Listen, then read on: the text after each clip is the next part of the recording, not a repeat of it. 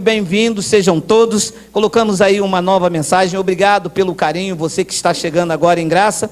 Esta é mais uma noite de alívio espiritual, de segurança espiritual. O tema da nossa mensagem é os propósitos imutáveis em Cristo.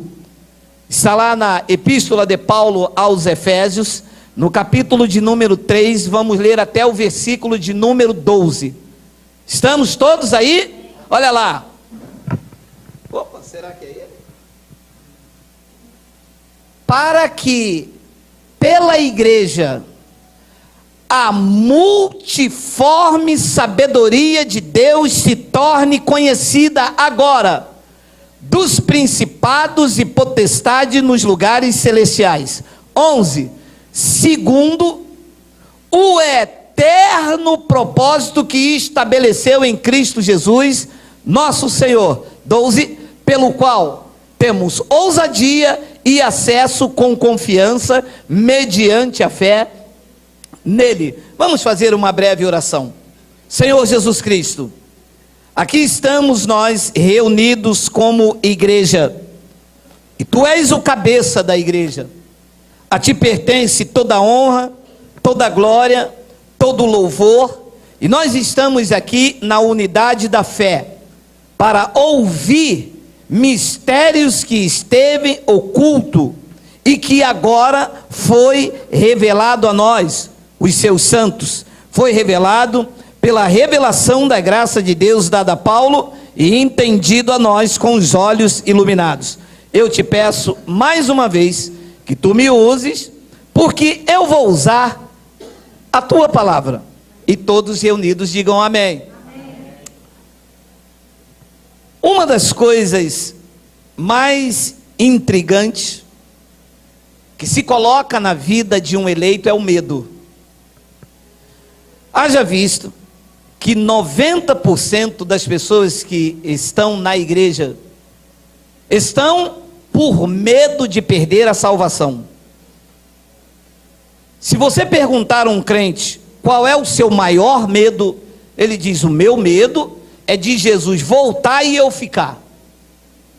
E aonde ele aprendeu isto? Dentro da igreja. Porque dentro da chamada igreja se ensina que se você não estiver na igreja, que se você não estiver fazendo as obrigações da igreja, que se você não for batizado, que se você não tomar a ceia, você corre o risco e grande de Jesus voltar e você ir para o inferno. Todas as pessoas no planeta que entraram dentro de uma igreja ouviram esta ameaça, porque a igreja coloca este medo e a pessoa vai desenvolvendo este medo. A pessoa não entra dentro da... Isto é na visão do sistema, tá? Que ninguém pode entrar na igreja, que a igreja somos nós. É que o sistema acha que igreja é um local, é uma parede, um alçapão, onde se coloca gado, porque se chama de ovelha. Ovelha faz parte de um gado. Eu não sou ovelha. Eu fui reputado como ovelha, mas hoje eu sou filho. Eu sou o herdeiro de Cristo, e Deus não cuida de animais. Deus cuida de filhos. Você é filho de Deus. Não há, o gado eles marcam assim, para não confundir com os outros da fazenda, eles marcam. As vidas estão aí fora como gados marcados. Você é daquela igreja, tem a marca da besta. Você sabe que a besta é uma besta fera, e a besta já está aí com sua marca. Eles estão pensando que é chip. Chip é para botar no cartão de crédito, para botar no telefone, para botar na Light aí. O que bota nos crentes aí é a marca da besta. Da besta daquele ministério lá, da besta daquele ministério lá, e vai marcando os crentes. De acordo com a roupa, tu sabe a besta que a marcou. De acordo com os sinais, você sabe qual foi a besta. Vocês estão me entendendo, pessoal? Vocês estão me entendendo? Então, a igreja vai desenvolvendo pânico, medo, culpa na mente das pessoas. E a pessoa está dentro da igreja com medo do diabo, com medo do inferno, com medo de Jesus voltar e ficar. Eu não tenho mais tempo para isso, mas eu andava na rua da cidade, as pessoas me paravam dizendo: olha, você já aceitou Jesus? Por quê? É porque se Jesus voltar, você fica. É isto que está na mente das pessoas. E isto passa para um, passa para outro, mas isso se absorve rápido. Medo se absorve rápido. É uma fake news religiosa. É uma falsa notícia. Porque você não pode ficar. Você não vai ficar. Então, olha o que Paulo diz. Olha aqui. Para que pela igreja a multiforme sabedoria de Deus se torna conhecida, agora dos principados e potestades nos lugares celestiais. Vamos destrinchar este versículo. Diz que a multiforme sabedoria de Deus tem uma manifestação. E esta manifestação acontece pela igreja. Igreja não é feita de um membro só.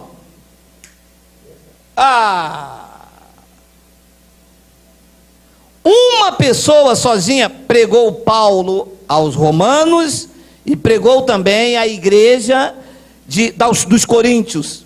Ele disse que o corpo, numa analogia com a igreja, é feito de vários membros. Então, uma pessoa sozinha, ela não é igreja. Uma pessoa sozinha, ela é o templo do Espírito Santo. E templo é diferente de igreja. Templo é onde Deus mora. O templo era lá em Jerusalém, o templo físico, e o templo espiritual agora são vocês. Deus mora em vocês. E igreja, o que é? Igreja é o corpo de Cristo, aonde ele tem uma multiforme sabedoria, com todos os membros reunidos. Para quem? Para quê? Para que os principados e potestades que estão nos lugares celestiais conheçam esse poder. Quem são os principados e potestades? Então, o sistema diz que isso aqui é diabo e é demônio. Mas não é diabo e nem demônio. Principado, da etimologia príncipe, são autoridades. E potestade vem da palavra poder. Então diz que aqueles que têm um principado, que têm uma autoridade, e aqueles que exercem poderes na região celestial, nos lugares celestiais. E aonde é esse lugar celestial? Aqui, onde a igreja está reunida, é o lugar celestial. Por causa da presença desta palavra, por causa da presença do templo do Espírito Santo, e por causa do cabeça da igreja, este lugar, quando a igreja está reunida, se torna a região celestial. E nessa região celestial vai acontecer, pela reunião da igreja, uma multiforme sabedoria de Deus. Então essa é a importância da reunião dos justos. Igreja não foi feita para reunir as pessoas para tomar dinheiro, com falsa promessa, com mentira. A igreja, quando se reúne, os principados e potestades, os governos, os homens que exercem autoridade, os principados, vão conhecer pela igreja, pela reunião dos membros. Igreja não é a parede. Igreja é a reunião dos membros. Os membros do corpo de Cristo estão reunidos agora. Uns estão aqui, outros estão lá pela internet, um na França, outro na Alemanha, nos ares, não importa aonde vocês estão, se vocês estão reunidos no cabeça, vocês são igreja, e a reunião dessa igreja acontecerá uma multiforme sabedoria, e esta multiforme, que não é uma forma, não é duas formas, é uma multiforme sabedoria, diz que ela se tornará conhecida essa noite dos principados e da potestade. Depois Paulo continua o versículo de número 11, e diz que, segundo o eterno propósito que ele estabeleceu em Cristo Jesus, o nosso Senhor. Então aqui começa o que nós vamos tratar como propósitos imutáveis. Diz que em Cristo Jesus há um eterno propósito. Então Cristo tem um propósito eterno na minha vida, na sua vida, na vida de cada uma pessoa que compõe a sua igreja. Se é eterno, significa que é um propósito imutável, ou pode ser, ou deve ser um propósito imutável. Imutável, eu entendo que Deus não muda. Você sabe que um dia Deus disse a Jonas: Jonas, você vai a Nínive. E o profeta achava uma injustiça de Deus pregar uma palavra para um povo que vivia debaixo de uma promiscuidade. Aquele povo não merecia ouvir a palavra de Deus. E o profeta disse: eu não vou a Nínive, eu vou a Tarsis.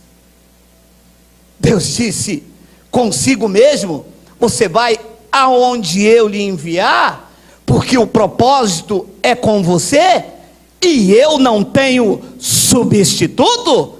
Se eu chamei você, é você que vai, nem que eu quebre o navio inteiro e te lanço no fundo de um peixe, mas é com você, é você que vai. Os meus propósitos são imutáveis.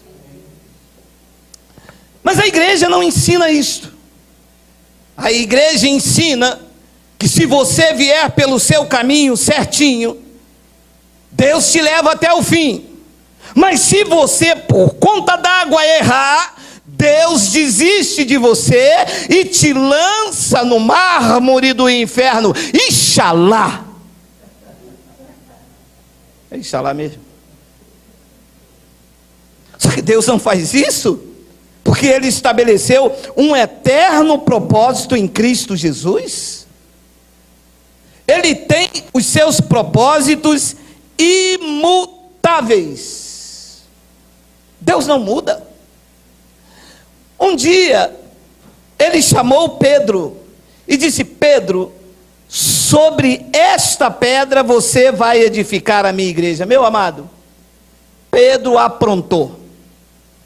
Tomou banho nu, cortou a orelha de Malco, fez e aconteceu. Mas era com Pedro que ia o evangelho da circuncisão. Deus não pode mudar com você. Quando Deus te escolheu, Ele sabia perfeitamente aonde você ia cair. Deus sabia perfeitamente aonde você ia acertar. Deus não corre riscos.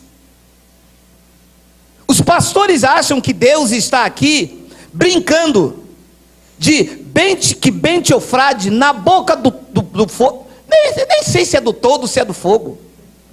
Deus não está brincando conosco como se nós estivéssemos andando numa areia movediça, brincando de jogo da velha. Hoje está certo, amanhã não está. Hoje você está, amanhã Ele lança fora.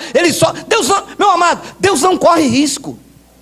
Isso é um plano perfeito, estabelecido. Ele conhecia tudo e conhece tudo a teu respeito. Ele sabe perfeitamente, eu disse aqui na outra reunião, Ele sabe perfeitamente a hora que você vai pegar no sono. Ninguém nunca consegue fazer isso. Já tentou fazer isso? Hoje eu vou ver a hora exata. Bota o relógio aí. Bota o relógio. Ele sabe a hora.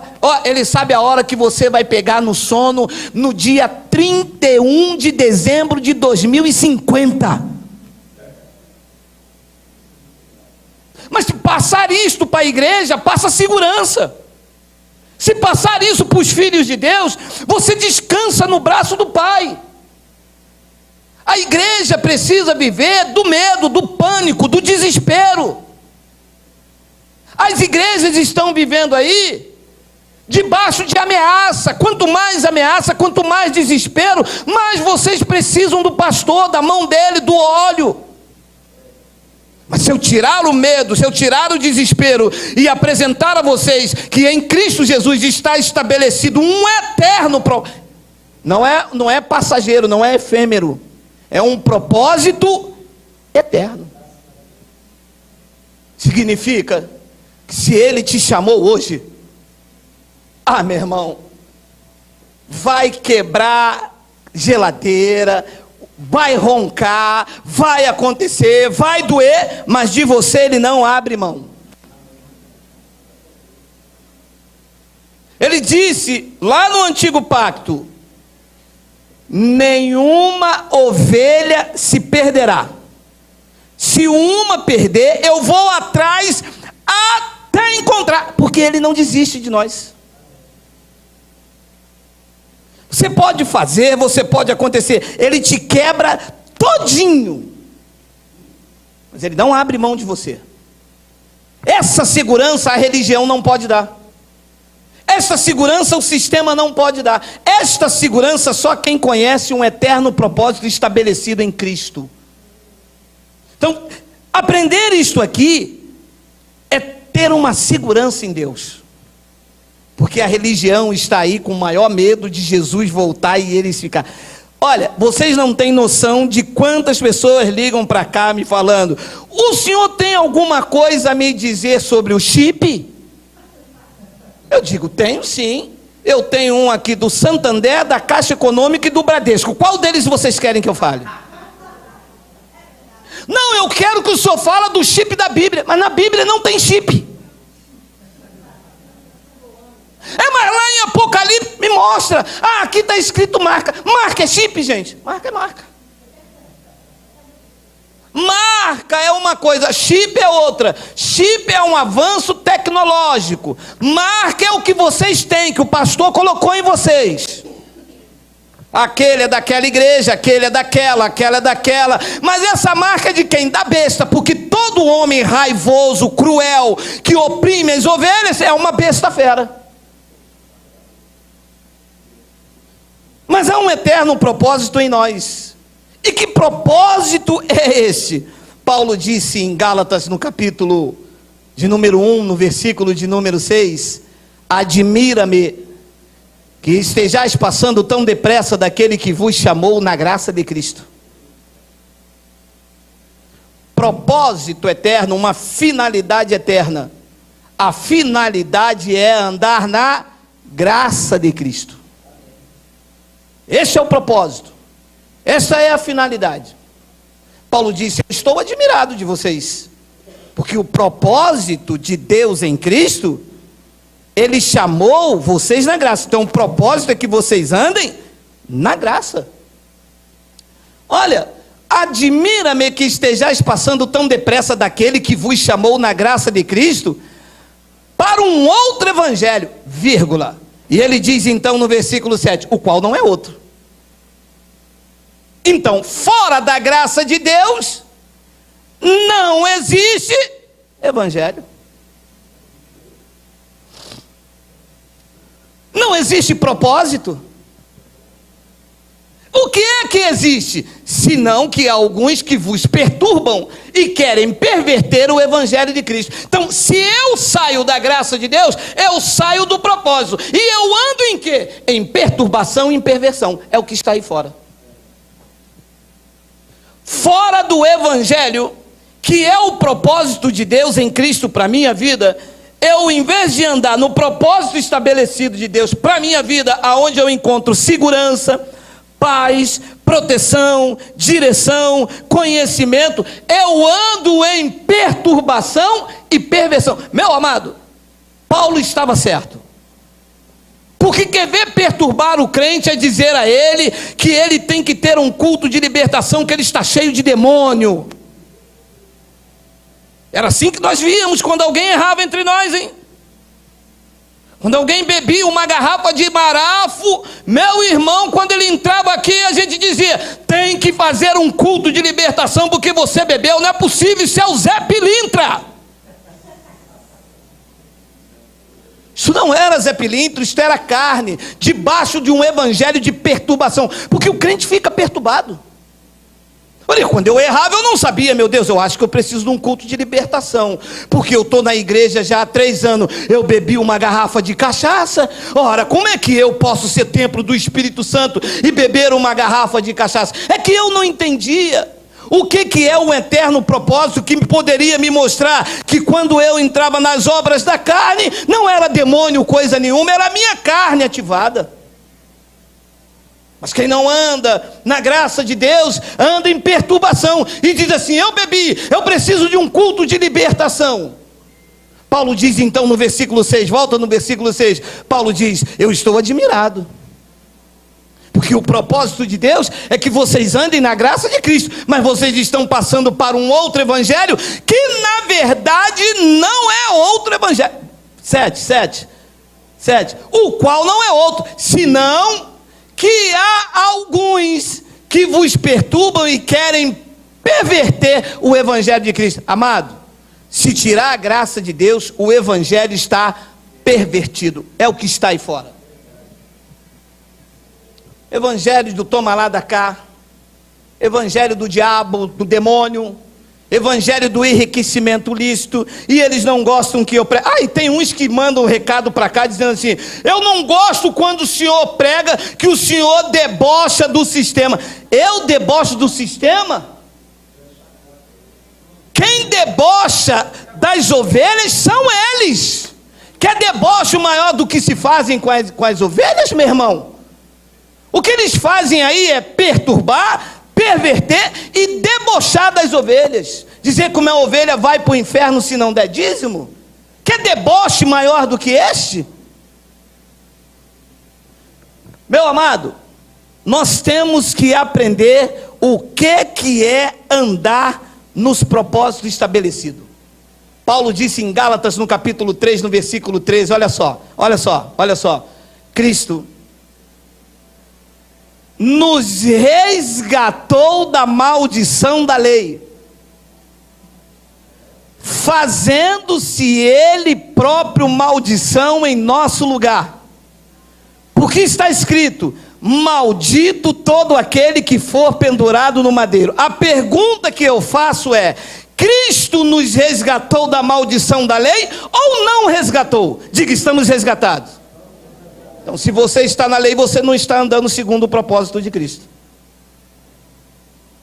Depois ele diz então a palavra no versículo 14, olha lá: para que a bênção de Abraão. Então ele nos resgatou da maldição da lei com um propósito. Entende assim? Nos resgatou da maldição da lei, para quê? Com qual propósito? Qual finalidade? A finalidade é essa, o propósito é esse: para que a bênção de Abraão chegasse aos gentios. Se eu estou na lei, a bênção não chegou na minha vida, o propósito não foi concluído. Amados, é preciso despertar este povo, é preciso dizer, isso não é deboche, isso é palavra. Diz que ele nos resgatou da maldição da lei, para que a bênção de Abraão chegasse aos gentios. Se eu estou na lei, a bênção está retida. E agora eu entendo quando um crente diz assim: eu vou à igreja buscar a minha bênção. Você vai à igreja buscar a sua bênção, mas a bênção não está na igreja. A bênção está em Cristo, que nos resgatou da maldição da lei. E a bênção de Abraão já chegou na minha vida. Eu não vim aqui atrás da bênção, foi a bênção que chegou em mim quando ele me resgatou da lei. Eu ando segundo o propósito de Cristo. Então isso precisa ser conhecido dos principados e dos potestades, daqueles que governam na região celestial, daqueles que estão assistindo pela multiforme sabedoria de Deus. Entender que Cristo estabeleceu um propósito, nos resgatando da maldição da lei, para que a bênção de Abraão chegasse aos gentios em Jesus Cristo, a fim de que, isso tudo é propósito, não é? Você entende que isto é um propósito? A fim de que recebêssemos pela fé o Espírito prometido. Amados, as pessoas estão andando totalmente fora do propósito. O que o sistema faz? Eles tentam te levar para a lei, perturbando, pervertendo e enganando os filhos de Deus. Olha só, Mateus 24, olha só. Porque surgirão falsos cristos e falsos profetas, pregando o evangelho de Paulo, mostrando o propósito em Cristo, abrindo o evangelho e mostrando a sua posição. Sabe por quê? Porque quando eu prego essas coisas na internet, sabe o que as pessoas dizem? Ele é falso profeta. Ué, mas o falso profeta não veio pregar o evangelho? O falso profeta veio fazer o que, igreja? Vamos lá. Porque surgirão falsos cristos e falsos profetas, operando grandes sinais e prodígios para dar conhecimento, para trazer instrução, para abrir o evangelho. Para quê? Enganar quem? Enganar quem? A briga é contra nós. A briga é contra os eleitos. Que quando você abre o evangelho na internet, diz assim, o batismo é na cruz. Eles lá reagem assim, cuidado que ele é falso profeta, ele é curupira, ele baixa coisa ruim. Não é coisa ruim, meu amado. Eu não estou aqui fazendo sinais, eu não estou aqui operando grandes sinais e prodígios para enganar. Falso profeta são vocês, que oferecem cura, tira caroço, que vocês fazem campanha, fazem corrente. Nada disso tem no evangelho. Eu mostro o evangelho. Eu estou aqui para apresentar a multiforme sabedoria de Deus. Eu fui levantado para mostrar os propósitos de Cristo na vida dos eleitos, dizendo aos eleitos para eles saírem do engano, para eles não entrarem no outro evangelho. Eu digo aos eleitos para eles andarem na graça, e digo a eles que Cristo já os resgatou da maldição da lei. Não existe culto de quebra de maldição, não existe culto de libertação. O que existe é culto e salvação na mente do crente. É isso que existe.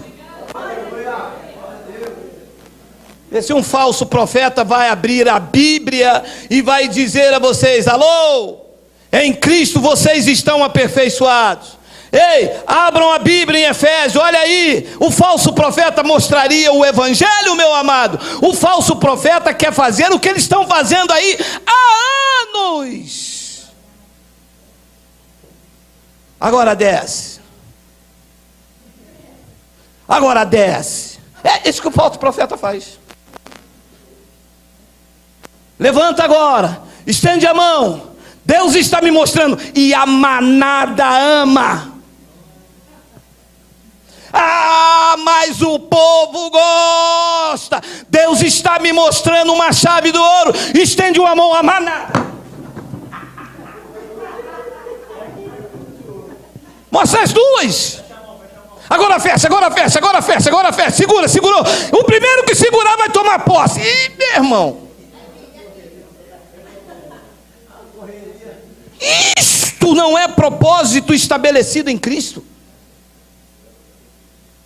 E as pessoas não conseguem nada e voltam vazio para suas casas, e ano após ano, e quando você olha para a conta bancária deles, dos homens de Deus, porque eles defendem essas coisas como homens de Deus,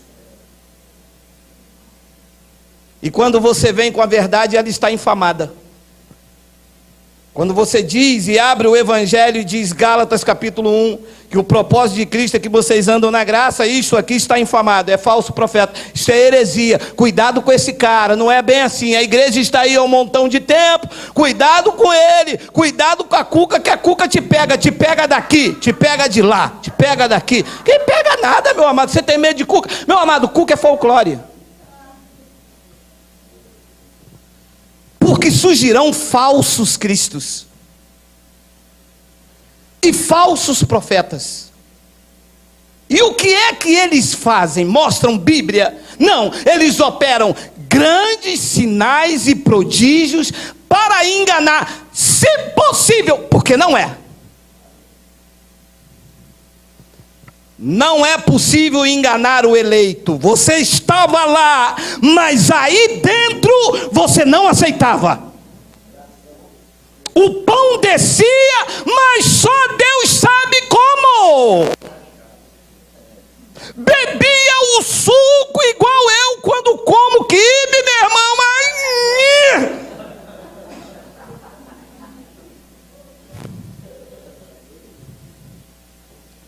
uma hora quem cair, meu irmão. Uma hora o eleito faz igual o Neymar, cai toda hora. Não aguenta, meu irmão, não aguenta. O eleito não se deixa enganar. Ele até vai ficando, mas uma hora o Espírito Santo tira ele. Como tirou vocês. Foi arrancado. Aí sabe o que eles dizem? O diabo está falando na boca de vocês. Vocês estão desviados. Vocês estão sem igreja. Vocês estão sem comunhão. Porque vocês não ceiam mais. Não é não. É que vocês estão sentindo a falta. É do dízimo dos eleitos. Vocês estão sentindo falta. É da gordura. A conta bancária de vocês está esvaziando. E ela vai secar. Porque nunca mais vocês vão enganar os filhos de Deus.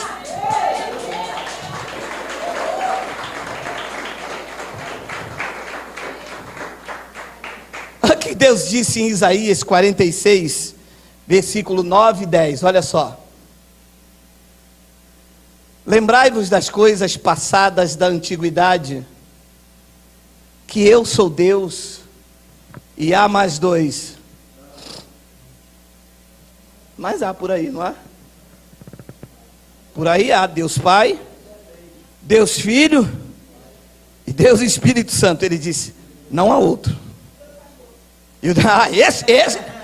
Esse tem um trono no céu, meu amor. E não há outro. Eu sou Deus. E não há outro semelhante a mim. 10. Que desde o princípio anuncio o que há de acontecer. E desde a antiguidade as coisas que ainda não sucederam.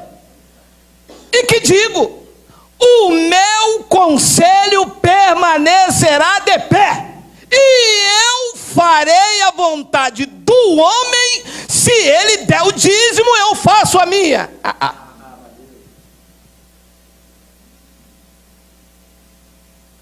Eu farei toda a minha vontade. Estabelecido, pensado, organizado, tudo ajustado. Não perde o controle, não perde jamais. O sistema quer colocar na cabeça da pessoa que ela veio andando pela rua, cantando, e diga aonde você vai, que eu vou varrendo. E de repente brotou um pregador na vida dela e disse, manto de Covarnede. E a pessoa, opa, vamos para a igreja que Deus vai voltar amanhã, tu vai para o inferno. E ela passou a ter uma vida com Deus naquele dia de Covarnede. É tudo pensado, é tudo trabalhado, é tudo, sabe, tremendamente calculado. Que desde o princípio eu anuncio o que há de acontecer. E desde a antiguidade as coisas que ainda não sucederam. E que digo, o que Deus disse, que o meu conselho permanecerá de pé. Sabe como é que eu entendo isso aqui? Que Deus tem propósitos imutáveis, e que na minha e que na tua vida vai prevalecer a vontade dele. O vizinho querendo ou não, o patrão querendo ou não, o advogado querendo ou não, o juiz querendo ou não, o Supremo Tribunal querendo ou não, vai acontecer na tua vida o que Deus estabeleceu para você desde antes da fundação do mundo. São propósitos imutáveis para a tua vida. Deus não volta atrás. Tem como ele retroceder. Meu amado, isto foi pensado, isto foi analisado. Ele se recolheu com ele mesmo. Você vê o que ele diz? Olha só, Efésios capítulo 1, Miguel, por favor, digita aí, versículo de número 11. Efésios, nele, em Cristo, digo, no qual fomos também feitos desgraçados, gafanhotos, fomos feitos pó da terra, fomos feitos ovelhas, gado marcado, miseráveis. Nós fomos feitos em Cristo, nós fomos feitos o quê? Herança. Sabe o que nós somos? A herança de Deus. Depois ele diz, predestinado. Ah, mas isso não pode ler nas igrejas, tá? Só pode ler entre os hereges, tá? Predestinados segundo o propósito daquele que faz todas as coisas conforme o conselho da sua vontade. Daquele que faz todas as coisas segundo o conselho da sua vontade. Ele não pediu conselho a um anjo, a um querubim, a um profeta, e nem o maior deles todo, o pastor. Pastor, o que você acha de eu abençoar o José? José não deu dízimo esse mês, Deus. Não tem como o senhor abençoar o Marcelo? Ah, o Marcelo? Pô, mas o Marcelo... o Marcelo deu dízimo esse mês. Ah, então vai lá. Tá bom assim, pastor? Tá bom? Não é isso. É conforme o conselho da sua vontade. Ele se reuniu com ele mesmo. Ele se reuniu com a sua vontade, conforme o propósito daquele que faz todas as coisas, e isto foi conforme o conselho da sua vontade. Foi vontade dele te escolher, foi vontade dele te prosperar, foi vontade dele te abençoar. Isso não tem nada a ver com homens, isso não tem nada a ver com jejum, isso não tem nada a ver com óleo. Isto é reduzir Deus a essas coisas pequenas, isto é limitar o poder de Deus, isto é esquadrinhar Deus, isso é botar Deus dentro de uma caixinha, botar Deus dentro de um templo. Deus é soberano, Deus é infinito, foi conforme o conselho da vontade dele, foi ele que quis ter você, foi ele, com propósito. Ele estabeleceu um propósito. Romanos capítulo 8, versículo de número 28, olha lá, sabemos que alguma coisa, diga todas as coisas, cooperam para o bem daqueles que amam a Deus, daqueles que são chamados segundo o seu propósito. E o chamado com propósito é na graça. Então, se eu ando no centro da vontade de Deus, se eu ando segundo o seu propósito, se eu vivo a graça, neste ambiente, todas as coisas cooperam para o meu bem. E vocês sabem perfeitamente, só amam a Deus de fato e de verdade quem vive o evangelho da graça.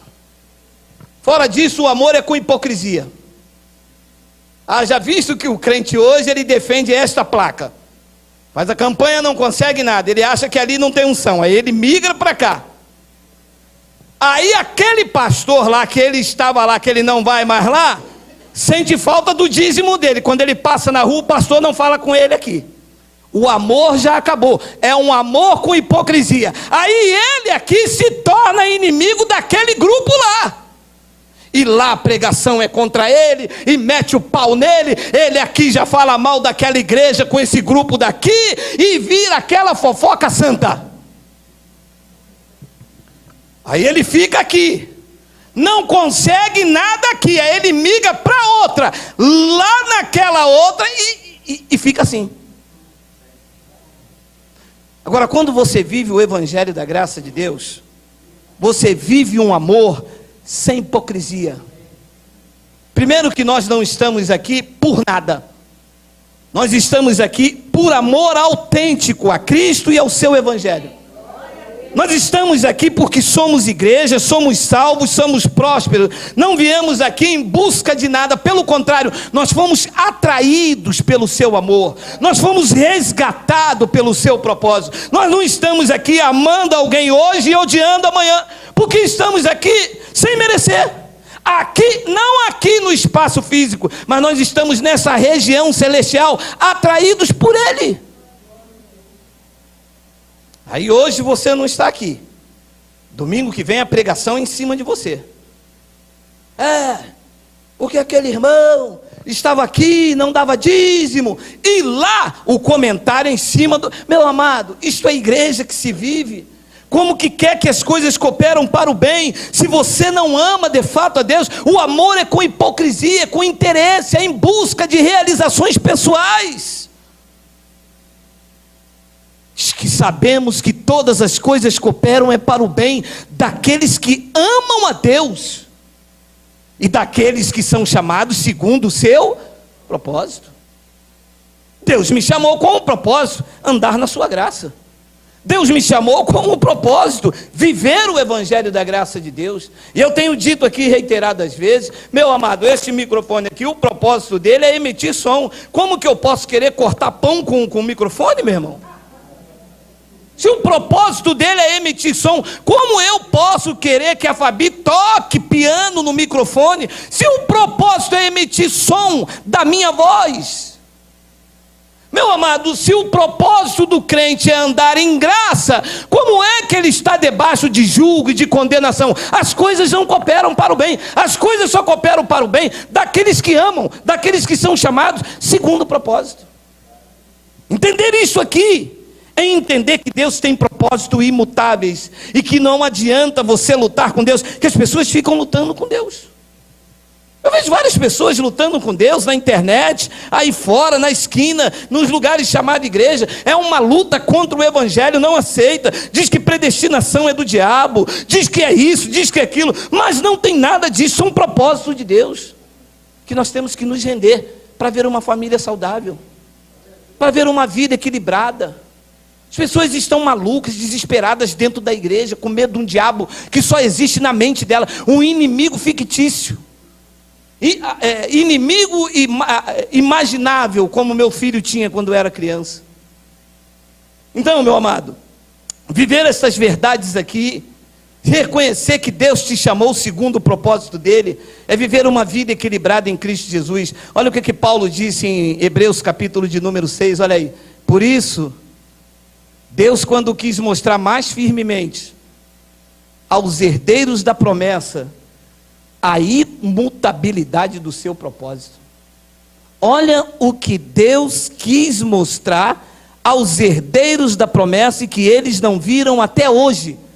Diz que Deus quis mostrar aos herdeiros da promessa a imutabilidade do seu propósito. Um propósito imutável. E o crente com medo do diabo entrar de novo. Meu amado, é incabível um crente ter medo de diabo. Meu amado, isso é folclore. Eu não gosto muito de tocar nesse assunto, mas diabo é folclore, gente. Diabo é um mito criado pela religião para botar medo no povo. E você só teve medo de diabo e de inferno quando entrou na igreja. Porque quando você curtia aquele baile funk lá do Tonhonhon, você não tinha medo de diabo coisa nenhuma. Você passava pela rua, meu amado, eu sei porque eu cansei de beber garrafa de cachaça da encruzilhada 3 horas da manhã, quando eu vinha com minha mulher do baile do Tonhonhon. Nunca me aconteceu nada. Agora, quando eu entrei para a igreja, aí não, aí... Quando eu vi uma garrafa de cachaça, aí eu já disse, isso é marafo. Eu já era expert em macumba, em orixá, em bruxaria, em preto velho. Isso é folclore, meu irmão. Jesus nunca falou em preto velho. Não há uma passagem na Bíblia que Jesus entrevistou um Exu. Nem Miranda, nem Rocha Miranda, nem do Mirante. Não. E isso é folclore, meu amado. Não é isso. Por isso, quando Deus quis mostrar mais firmemente, amado, preste atenção por favor, Deus está querendo mostrar à sua igreja que Ele tem um propósito imutável na sua vida. Deus está querendo que você entenda que Ele começou uma boa obra na tua vida e Ele é fiel para completá-la até o dia de Cristo Jesus. Deus está querendo dizer para você que chova, faça sol, aconteça o que acontecer, Ele não abre mão daquilo que Ele estabeleceu como propósito para a tua vida, para a tua casa, para as tuas finanças, para a tua proteção. Não é para você ficar desesperado, não é para entrar ameaça na tua mente, não é para deixar aquele profeta vir e falar que você está acreditando demais em Bíblia, como o rei disse para Paulo: Paulo, as muitas letras te fazem delirar. Não é delírio, é verdade. Deus tem propósitos imutáveis na vida dos seus filhos e eu recebo. Sabe o que ele disse ao profeta Jeremias? Eu é que sei que pensamentos eu tenho a vosso respeito, são pensamentos de paz e não de mal, para vos dar o fim que deseja. Você entra dentro de um local para ouvir evangelho, só tem ameaça, só tem maldição, e nós queremos ver as promessas, os propósitos imutáveis dele. Eu recebo para a minha vida que os propósitos que Deus tem para mim e para minha família são imutáveis. Vai entrar governo, vai sair governo, mas o propósito dele para a minha vida não muda. Eu sou abençoado com todas as sortes de bênção e ponto. Eu sou um escolhido de Deus e ponto. Anjos recebem ordem a meu respeito e ponto. Eu ando seguro nesta terra e ponto. Porque estes são propósitos imutáveis e não abro mão disso.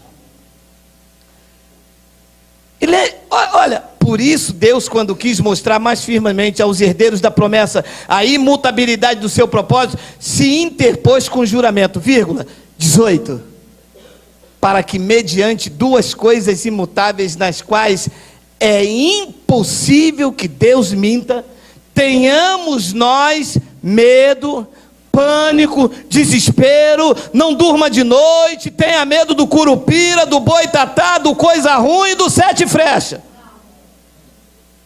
Tenhamos nós forte alento, nós que já corremos para o refúgio, a fim de lançar mão da esperança proposta, por duas coisas imutáveis, nas quais é impossível que Deus minta.